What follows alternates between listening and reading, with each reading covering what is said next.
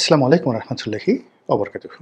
সম্মানিত দর্শক, আজকের ভিডিওটির জন্য যে শিরোনামটি তৈরি করেছিলাম তা আরও ২-৩ দিন আগে, যখন জুলাই আগস্ট যে সনদ, এই সনদের যে প্রিয়াম্বল ঘোষণাপত্র, এটা তৈরি করা হয়নি বা এটি তখনও ডিক্লেয়ার করা হয়নি। এটি ডিক্লেয়ার করার পর বাংলাদেশের রাজনীতিতে একটা নতুন আবহাওয়া তৈরি হয়েছে, একটি নতুন মেরুকরণ তৈরি হয়েছে, যদিও এই মেরুকরণটি আসলে শেষ পর্যন্ত থাকবে না বলে আমার কাছে মনে হচ্ছে। দ্বিতীয়ত, ডক্টর মোহাম্মদ ইউনূস যে ভাষণ দিয়েছেন জাতির উদ্দেশ্যে, এবং সেই ভাষণের ফলে তিনি সেই আগের যে কথা, যেটা লন্ডন বৈঠকের পরে বিভিন্ন মহল থেকে বলা হচ্ছিল, ফেব্রুয়ারি মাসে একটা নির্বাচন হতে পারে এবং রোজার আগে এই নির্বাচনটি হতে পারে। সেই লন্ডন বৈঠকের প্রেক্ষিতে নাইদার তারেক রহমান সাহেব কিংবা নাইদার ডক্টর মোহাম্মদ ইউনূস তাদের পবিত্র জবান দিয়ে তারা এখনও পর্যন্ত নির্বাচনের ব্যাপারে যে কথাবার্তা হয়েছে সেই ব্যাপারে তারা কোনো কিছু বলেননি।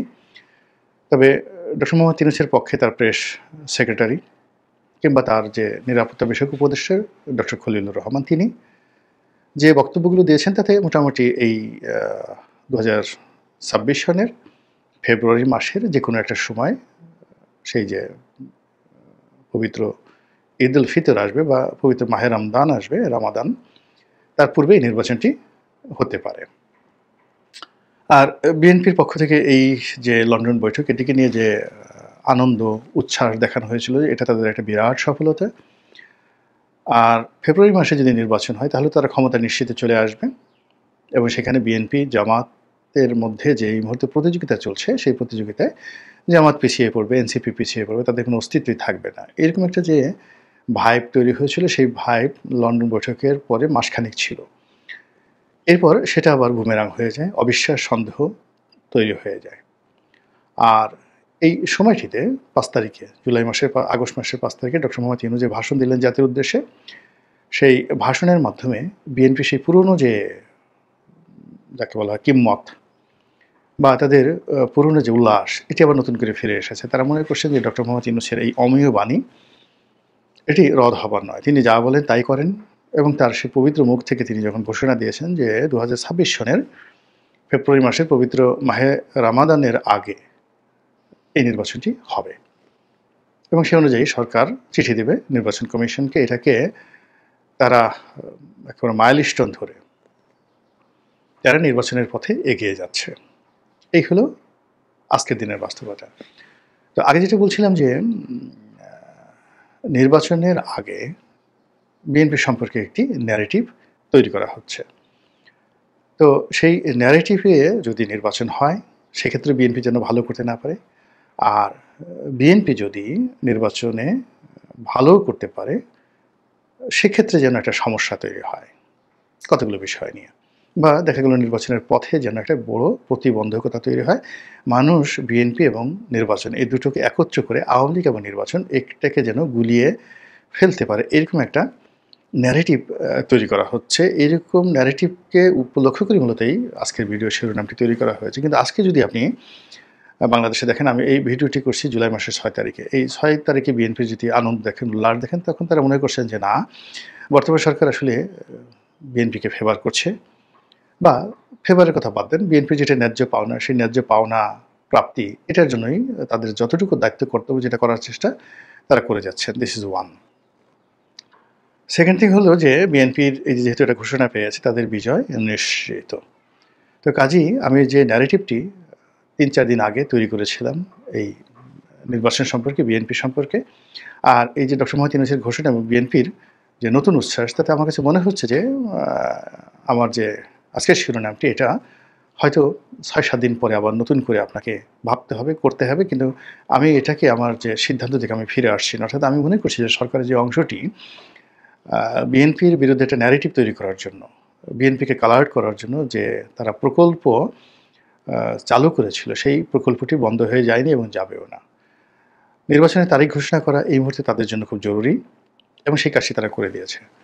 কিন্তু তাদের অন্যান্য যে প্রকল্পগুলো, সেগুলো রীতিমতো চালু রয়েছে। আপনারা দেখেছেন যে এই জুলাই আগস্ট বিপ্লবের যে অনুষ্ঠানটি করা হলো 36শে জুলাই বা 5ই আগস্ট তারিখে, এই তারিখে এনসিপি যারা কর্তা ব্যক্তি, যারা এই জুলাই বিপ্লবের অগ্রগামী সৈনিক হিসেবে, প্রধান স্টেক হোল্ডার হিসেবে নিজেদেরকে দাবি করেন, তারা অভিমান করে কক্সবাজারে চলে গেছেন এবং সেখানে গিয়ে পিটার ডি হাসের সঙ্গে দেখা করেছিল বলে বিরাট রকম অভিযোগ আসছে এবং নানা রকম লঙ্কা কাণ্ড কিন্তু ঘটে যাচ্ছে। অন্যদিকে যেটা হচ্ছে সেটা হলো বিএনপি এখানে গেছে, জামাত গেছে, অন্যান্য ছোট ছোট রাজনৈতিক দল গেছে। তো এখানে জামাত স্পষ্টতভাবেই তারা বলেছে যে জুলাই যে ঘোষণাপত্র দেওয়া হয়েছে, এই ঘোষণাপত্রে তারা হতাশ, বিক্ষুব্ধ। এবং সেই বিক্ষুব্ধতার মূল কারণ হলো যে রাতে যে নির্বাচনের তারিখ বা নির্বাচনের যে ডেডলাইন ঘোষণা করা হয়েছে, এটা সঙ্গতি কারণে জামাত বিক্ষুব্ধ হবে, এটাই স্বাভাবিক। কিন্তু জামাতকে খেপিয়ে বিএনপির পক্ষে যে শতভাগ ডক্টর মোহাম্মদ ইউনূসের অবস্থান, যাকে বলা হয় স্থির এবং অবিচল থাকবে, এটা মনে করার কোনো কারণ নেই। এখানে একটা কজ, ঘটনা পরম্পরায় একটার পর একটা ঘটনা এমনভাবে ঘটতে থাকবে যেগুলো আলটিমেটলি ইউনূস সাহেব, জামাত এবং এনসিপির যে বন্ধুত্ব আলটিমেটলি সেখানে গিয়ে শেষ হবে। আর সময়ের প্রেক্ষাপটে বিভিন্ন ভয়ের কারণে, আতঙ্কের কারণে যে রসায়ন বিএনপি এবং সরকারের মধ্যে শুরু হয়েছে, সেই রসায়ন থাকবে না। এখানে বোঝার চেষ্টা করুন, প্রথম থেকে ডক্টর মোহাম্মদ ইউনূস এবং তার যারা সহযোগী রয়েছেন অত্যন্ত সুকৌশলে, এবং রাজনৈতিক অঙ্গনে যারা আওয়ামী লীগের বিরোধিতা করেছেন তারা সহ বিএনপি যারা এই মুহূর্তে বিরোধিতা করেছেন, সবাই বিএনপিকে পচানোর জন্য, বিএনপিকে যাকে বলা হয় কালিমা লিপ্ত করার জন্য যে সকল ন্যারেটিভ তারা শুরু করেছেন, তার মধ্যে এক নম্বর হলো শেখ হাসিনার বিচার করতে হবে। শেখ হাসিনার বিচারের মাধ্যমে মূলত তারেক রহমান সাহেবকে ভয় দেখানো হচ্ছে। শেখ হাসিনা বা আওয়ামী লীগের নিষিদ্ধের মাধ্যমে মূলত ছাত্রদল এবং বিএনপিকে ভয় দেখানো হচ্ছে। এই কাজটি যত বেশি করা হবে তত বেশি এটা বিস্তৃত হবে। যেমন ধরুন শেখ হাসিনা পালিয়ে গেছেন, এই কথাটা যত বেশি বলা হবে পালিয়ে গেছে, তত বেশি তারেক রহমান সাহেবকে ইন্ডিকেট করা হবে। এখন বিএনপির লোকজন যতই ওখানে বসে শেখ হাসিনাকে ফ্যাসিবাদী বলুক বা তিনি পালিয়ে গেছেন, এটা তার ঠিক হয়নি, এই কথা যতবার বলবেন ততবারই তারেক রহমান সাহেব যে লন্ডন আছেন এবং তিনি যে একটা বিশেষ মুহূর্তে বাংলাদেশ ছেড়ে চলে গেছেন, একটি বিশেষ মুহূর্তে তিনি রাজনীতি না করার জন্য অঙ্গীকার করেছেন, দস্তখত করেছেন 111 সরকারের কাছে, এই জিনিসগুলো বিএনপি মূলত নিজেদের মুখ দিয়েই নিজেরা উদ্গীরণ করছেন। অর্থাৎ আপনি যখন খাবার খাবেন, পোলাও কোরমা খাবেন, ওটা যখন বমি করে ফেলে দিতে হয়, এটা যখন আপনার কাছে খুবই একটা বিরক্তিকর। কিন্তু একইভাবে বিএনপির যারা নেতাকর্মী, যারা শেখ হাসিনাকে গালি দিচ্ছেন, বাংলাদেশ থেকে পালিয়ে যাওয়ার জন্য তাকে ভর্ৎসনা করছেন, তার আমলকে ফ্যাসিজম বলছেন, জুলুম অত্যাচারের সময় বলছেন, এটা কার্যত বিএনপির যে ক্ষমতাচ্যুতি, কারণ এখন আওয়ামী লীগ যেভাবে ক্ষমতাচ্যুত হয়েছে তার সাথে নির্মম এবং নিষ্ঠুরভাবে কিন্তু 2001 সনে বিএনপি যারা নেতা কর্মী রয়েছেন তারা নির্যাতিত হয়েছিলেন এবং 111-এর সময় বিএনপির উপর যে স্টিম রোলার চালানো হয়েছিল, এটি তার 10 ভাগের 1 ভাগও কিন্তু এখন আওয়ামী লীগ জমানাতে হচ্ছে না। ফলে 2006, 2007, 8, 9, 10 থেকে শুরু করে কন্টিনিউয়াসলি যে জিনিসগুলো ক্রমাগতভাবে বেড়েছিল, বিএনপির একটা শাসন আমল ছিল 2001 থেকে 2006 অবধি। তো এই শাসন আমলেতে যে সকল ন্যারেটিভ তৈরি হয়েছিল, আওয়ামী লীগের ন্যারেটিভ যেমন শেয়ার মার্কেট লুট, আওয়ামী লীগের শাসন বিনা ভোট, তো আওয়ামী লীগের শাসন বিনা ভোট, শেয়ার মার্কেট লুট, একতরফা ভোট, তত্ত্বাবধায়ক প্রথা বাতিল ইত্যাদি যা কিছু, এগুলোর যে গুরু, আদিগুরু, এই আদিগুরু যে বিএনপি, এটা বিএনপিকে নিজের মুখে বলতে হচ্ছে।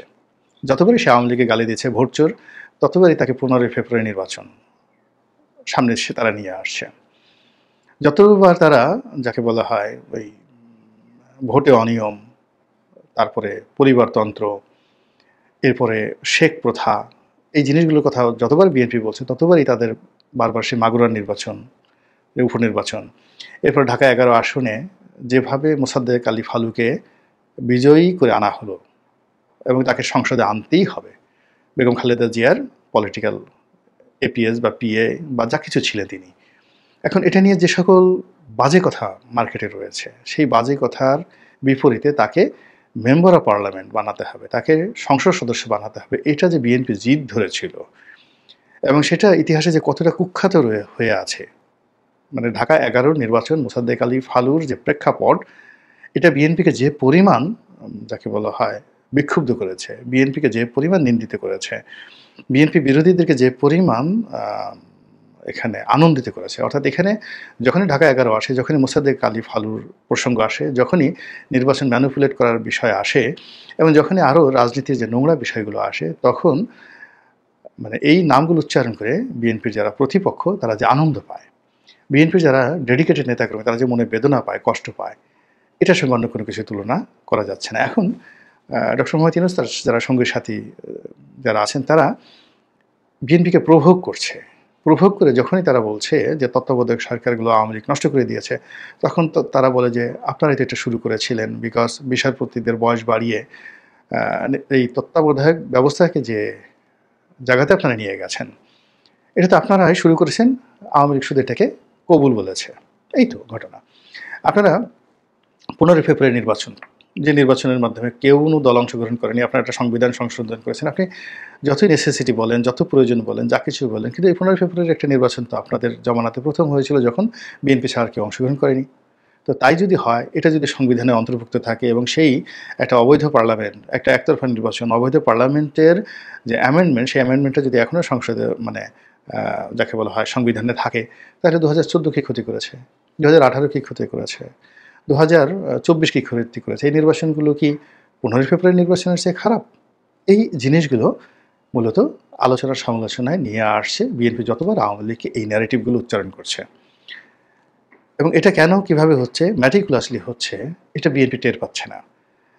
এবং বিএনপিকে এখানে গুতিয়ে গুতিয়ে ওই জায়গাটাতে যে পৌঁছে দেওয়া হয়েছে যে তারা এখন জুলাই আগস্ট বিপ্লবীদের সাথে হাত মিলাতে বাধ্য হচ্ছে, তারা জামাত যে ভাষায় কথা বলছে বা এনসিপি যে ভাষায় কথা বলছে, যে ভাষায় আওয়ামী লীগকে গালাগাল দিচ্ছে, তারা সেই ভাষায় যখন আওয়ামী লীগকে গালাগালি দিচ্ছে, গালাগালি দেওয়ার পর পরবর্তী সেন্টেন্স যখন জামাত বলছে, শিবির বলছে, অন্যান্য সবাই বলছে, তখন আর বিএনপি কথা বলতে পারছে না। যখন তারা বলছে যে এই এখন আপনারা কিংস পার্টি বলছেন, কিন্তু you are the first king's party in the country. আপনার প্রথম বাংলাদেশে এসে রাষ্ট্র ক্ষমতা থেকে দল করেছেন, রাষ্ট্র ক্ষমতা থেকে নির্বাচন করেছেন, সব কিছু করেছেন, তো তারা আপনারা যদি পারেন ইউনূস সাহেবের সমস্যাটা কি? বিএনপি কিন্তু এই কথার জবাব দিতে পারবে না। কিন্তু এই জায়গাটিতে মানে বিএনপির সিলেকশন করতে হবে যে সে তার কোন কথাগুলো, কিংস পার্টির যে শব্দটি এটা তাদের বলা উচিত না। তত্ত্বাবধায়ক ব্যবস্থা নিয়ে এখন তাদের ওইভাবে বলা উচিত না। তারা যদি এখন বলে জামাতের সাথে কণ্ঠ মিলে যে আমরা মানে জামাত তো বলে যে আমরা দেশ ছেড়ে পালাইনি, আমরা দেশের মধ্যে থেকেছি, মামলা মোকদ্দমা মোকাবেলা করেছি, আমাদের যত জুলুম অত্যাচার করেছে এই দেশপ্রেম আমাদের তত বেড়েছে। এই কথা মানে সরাসরি শেখ হাসিনা এবং যাকে বলা হয় তারেক রহমান, এই দুজনকে যুক্ত করে একসাথে তারা তীর মারছে।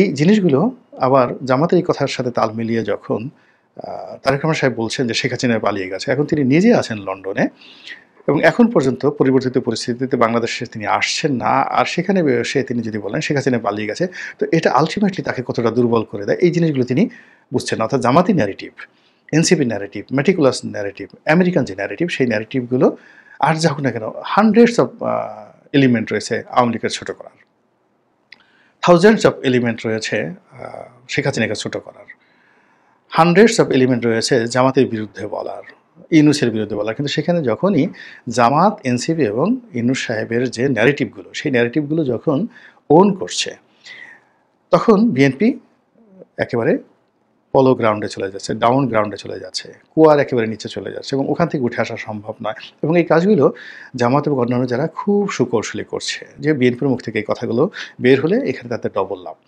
প্রথমত হলো যে তারা খোঁটা দিতে পারবে যে ওই কাজগুলো আপনারা মানে বলছেন, আপনারা তো সেম। অথবা যখন তারা বলছেন যে এক জালিম গেছে আর এক জালিম আসবে, তখন এই বিএনপির কথাবার্তার মাধ্যমে তারা এই আওয়ামী লীগ এবং বিএনপিকে একই কাতারে ফেলে দিচ্ছে, একদম একই কাতারে ফেলে দিচ্ছে। যখন চাঁদাবাজির প্রসঙ্গ আসছে, দলবাজির প্রসঙ্গ আসছে, ভোট র্যাগিংয়ের প্রসঙ্গ আসছে, গণতন্ত্র হরণ করার প্রসঙ্গ আসছে, নানা রকম স্বৈরাচারী কর্মকাণ্ডের বিষয় আসছে, তখন বিএনপি বিরোধীরা তারা আওয়ামী লীগ এবং বিএনপিকে একই কাতারে আনতে চাওয়ার জন্য বা নিয়ে আসার জন্য তারা যে ন্যারেটিভগুলো তৈরি করছে খুব সুকৌশলে, এবং তারা যে ফাঁদ পাচ্ছে, সেই ফাঁদে বিএনপি নিজের অজান্তে কেন জড়াচ্ছে, কীভাবে জড়াচ্ছে আমি বলতে পারি না। এখানে মির্জা ফখরুল সাহেব, তারপরে সালাউদ্দিন সাহেব, তারা কিন্তু খুব সুকৌশলে এই জিনিসগুলো প্রথম থেকে অ্যাভয়েড করার চেষ্টা করেছেন। তাদেরকে বলা হচ্ছে যে এরা ইন্ডিয়ান রয়্যাল এজেন্ট, কিন্তু আমি যতটুকু ব্যক্তিগতভাবে মনে করি দে আর রাইট। তারা জামাত এবং এনসিপির যে ফাঁদ, ডক্টর মোহাম্মদ ইউনূসের ফাঁদ, সেই ফাঁদে পা না দিয়ে তারা ভিন্ন আঙ্গিকে সরকারের সমালোচনা করছিলেন। কিন্তু বিএনপির কিছু তরুণ তুর্কি আছে, কিছু বক্তব্য রয়েছেন এবং ইনক্লুডিং জনাব তারেক রহমান সাহেব আছেন। আমার কেন জানি মনে হচ্ছে তারা সরকারের ফাঁদে, জামাতের ফাঁদে বারবার শুধু পড়ে যাচ্ছেন এবং এই ফাঁদে পড়ে আলটিমেটলি তারা যে জায়গাতে আজকের অবস্থানে পৌঁছে গেছেন, সেই পৌঁছানোর ফলে আগামীতে একটা সুষ্ঠু নির্বাচন হবে, জনগণ ভোট দেবে এবং স্বতঃস্ফূর্ত ভোটে তারা আসবেন এবং 5 বছর সুন্দরভাবে ধারাবাহিকভাবে ক্ষমতায় থাকবেন, কাজকর্ম করবেন। যত সহজ সরল চিন্তা তারা করছেন, আমার কাছে সেই সহজ সরল মনে হচ্ছে না। আমার কাছে মনে হচ্ছে যদি নির্বাচনে অন্যান্য ছোট ছোট দলগুলো আসে, এটি একটা কার্বন কপি হবে, জাস্ট লাইক 2018 সনের একটা নির্বাচন। এবং ওখানে নাসিরউদ্দিন পাটোয়ারি সাহেব যে কথা বলেছেন 50 থেকে 100টা সিট বিএনপি পেতে পারে, মানে বিএনপিকে দেওয়া হতে পারে। আপনি বোঝার চেষ্টা করেন। এই জিনিসগুলো দেখবেন যে ঠিক 15 দিন পরেই, আজ থেকে 15 দিন পরেই এই জিনিসগুলো আপনি মিলাতে পারবেন যে নাসিরউদ্দিন পাটোয়ারির কথা কতটা সিস্টেমেটিক, কতটা যাকে বলা হয় ম্যাথমেটিক্যাল টার্ম, এবং তিনি হিসাব কষে কষে কথাগুলো বলেছেন, এটা বুঝতে পারবেন 8 থেকে 15 দিন পরে। তো এই যে জিনিসগুলো করা হচ্ছে, তার ফলে বিএনপির যে এখন করা আবেগ যে উচ্ছ্বাস, এটা থাকবে না এবং জামাত এবং সরকার তাদের বিরুদ্ধে যে সকল ন্যারেটিভ ইতিমধ্যে দাঁড় করেছে, সেই ন্যারেটিভগুলো আলটিমেটলি চূড়ান্ত পরিণতির দিকে যাচ্ছে বলে আমি মনে করি। মহান আল্লাহ আমাদের সবাইকে হেদায়েত দান করুন এবং হেফাজত করুন। আসসালামু আলাইকুম ওয়া রাহমাতুল্লাহি ওয়া বারাকাতুহু।